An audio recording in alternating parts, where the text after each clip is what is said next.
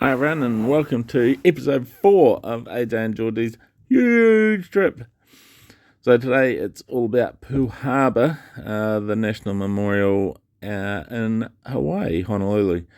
So we decided to do a tour, and it's best to start off with our tour guide, a guy called Ariel, and he's a machine. Check this out. Wheels are turning, you stay in your seats. This is for your safety, as we never know when we're going to have to stop short, swerve, evade to any sort of defensive maneuver, roll this thing into the water, so make sure that you're staying in your seats, guys. The second thing is your cell phones, my cousins. Please put your cell phones on vibrate, airplane mode, any sort of mode that they are not going to be ringing or going off while the tour is being conducted. In the same effect, please refrain from any extraneous conversations while the tour is being conducted, as both of these things are the proper kokua, what we call consideration here in Hawaii for the rest of the Ohana family that is traveling with us today, guys. We're going to consider each other as such, treat each other as such. This is where we begin to create aloha, and I'm going to give you guys the clues as to how we go about taking responsibility for and creating aloha, because that's something that the brochure is completely missed for you guys, is that aloha is not something that you're entitled to, not something that's part of your package, not something that you pay for, guys. It is a relationship that you enter into of mutual obligation and mutual responsibility as is expressed in nature. Yeah, but the brochures don't tell you that, my cousins. They lie to you about absolutely everything out here, but today I am here to set the record straight, guys. Forget what it is that you think you know about this place, understanding that 98% of that stuff is 100% wrong. You don't believe me? How many volcanoes on this island? Don't know. Yeah, see, you're already messed up, my cousins. You already messed up. How many islands in Hawaii?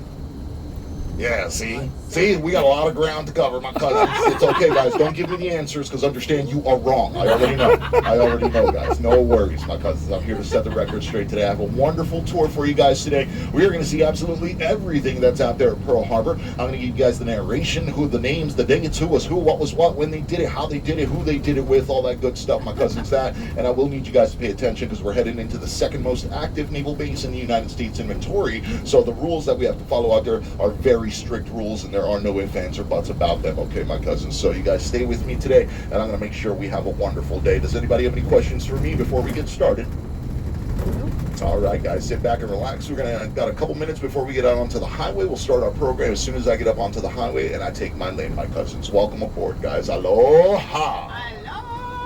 Okay, so only one of you was properly briefed, guys. Okay, it's very important that you read your plane tickets and recognize exactly where it is that you are, guys. You are here in the Hawaiian Islands. So in the Hawaiian Islands, the proper protocol is, guys, when you are given aloha here by a local, that aloha is to be given back in the same manner in which it is received. Otherwise, it could be deemed very disrespectful, guys. So if a local out here gives you aloha, you say aloha. If you say aloha, you say aloha with your whole chest, my cousins. That's how we do it out here, okay, guys? You don't get another chance. You blew it already, but understand, stay on your toes, guys. It's coming at you again. Sit tight. So this is what you see once you get inside Pearl Harbor, the memorial. So when you come in the entry, you're basically greeted with the statue and this anchor. So the anchor is from the USS Arizona, which is right across the bay over there. You can just see the white thing in the distance next to the statue of the guy who's basically missing his crewmates. Very sobering.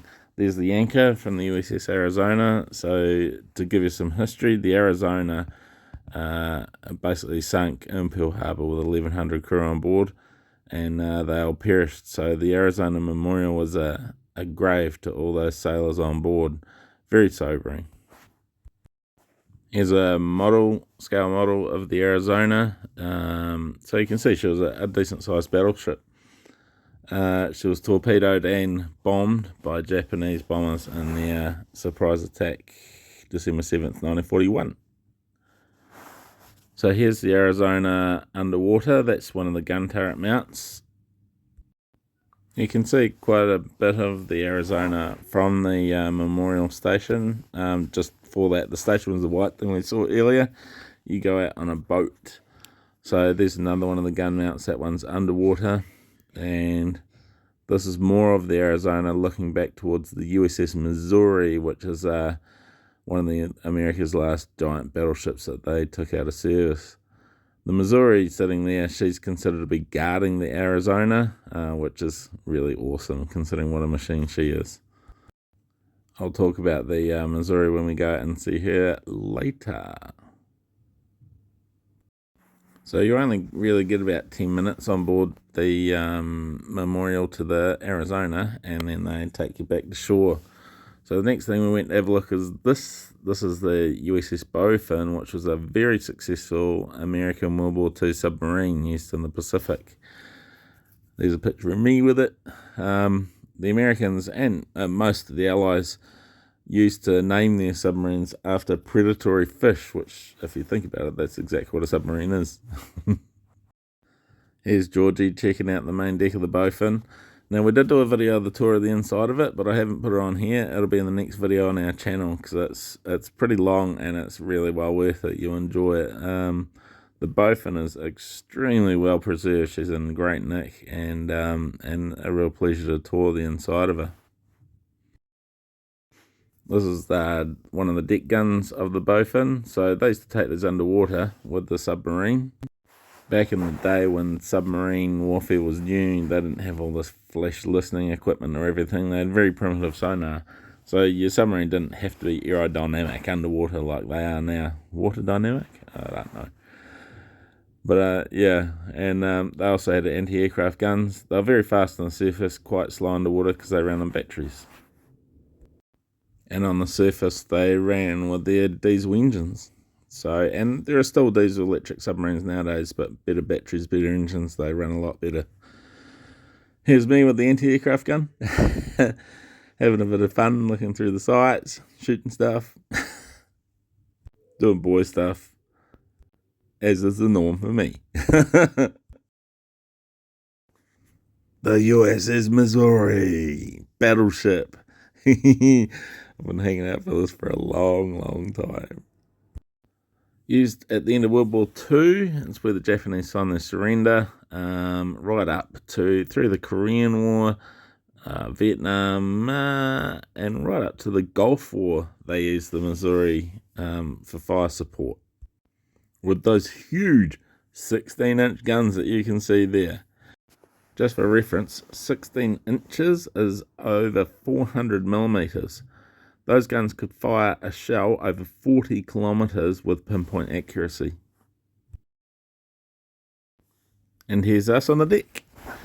The deck, even itself, is made of teak, original wood, still really well maintained. The ship's in excellent condition, typical to suit the whole Pearl Harbor thing. What do you do when you're on the deck of the USS Missouri? One. Oh, only one. Encouraging words from my beautiful wife. If you ever look behind me there, you will see there's one of the 16-inch shells that those guns could fire. And that'll just give you an idea of the scale of the whole thing. Coming up now is some armor. 23-inch Japanese battleship armor being hit by one of those 16-inch shells. So you can see the amount of throwing force they had. It was quite incredible. This is the look on my face. Seeing all those guns, Georgie took this. I was very excited. Wow. Just seeing that kind of thing up close. And me being me, I've got to touch it. So I just levitated up to it. It's all good, right?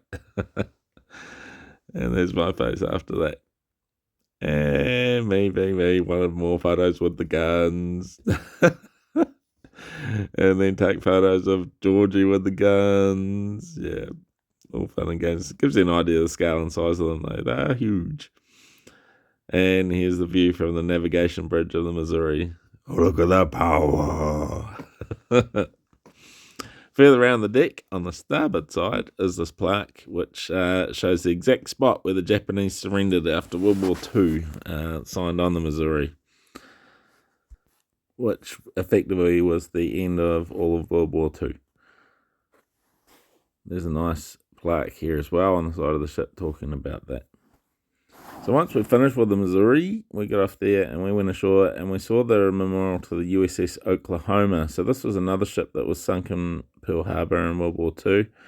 This one's in the Pearl Harbor movie, and you can tell this is the one that flipped upside down, and that had a lot of people die on board as well. This memorial has 429 little stands that have all the names of all the crew on board to show respect for them.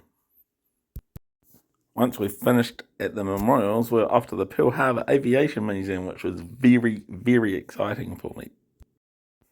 The museum is mainly focused on World War II and the Pacific memorabilia. There's a Japanese Zero, Kitty Hawk. There's some real armour there from some of the ships that's from the Arizona. There's assorted parts of Japanese aircraft and American carrier aircraft from World War II. There's a Helldiver and a Hellcat.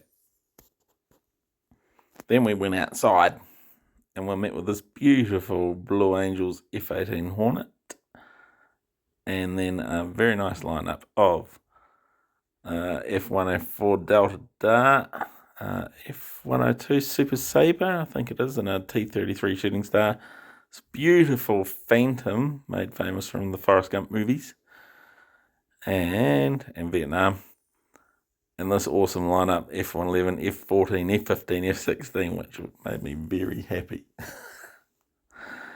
The F-111 has a lot of significance for me. It was one of my favourite jets when I was growing up as a kid. Flew over me up at Lake Clearwater out near the Arab Batch, and that got a big hug. There were tears when I got to see the Tomcat. More than I'd actually like to reveal, really.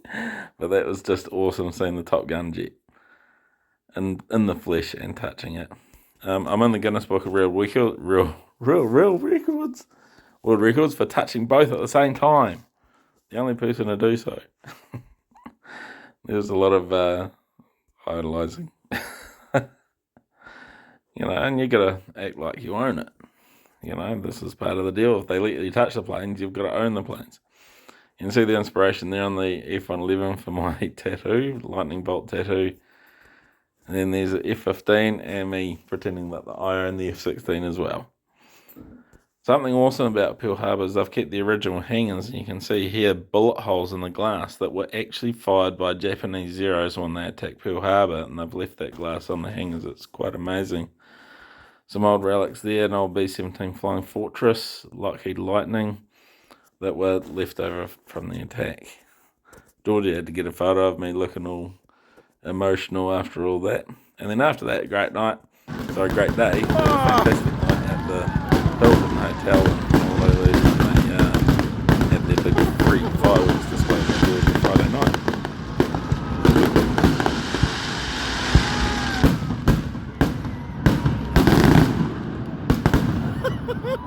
And then after that, it was back to the Ala Moana Hotel for a nice night of rest, and then take the next day, which was a visit to Kualoa Ranch, which is where they filmed Jurassic Park.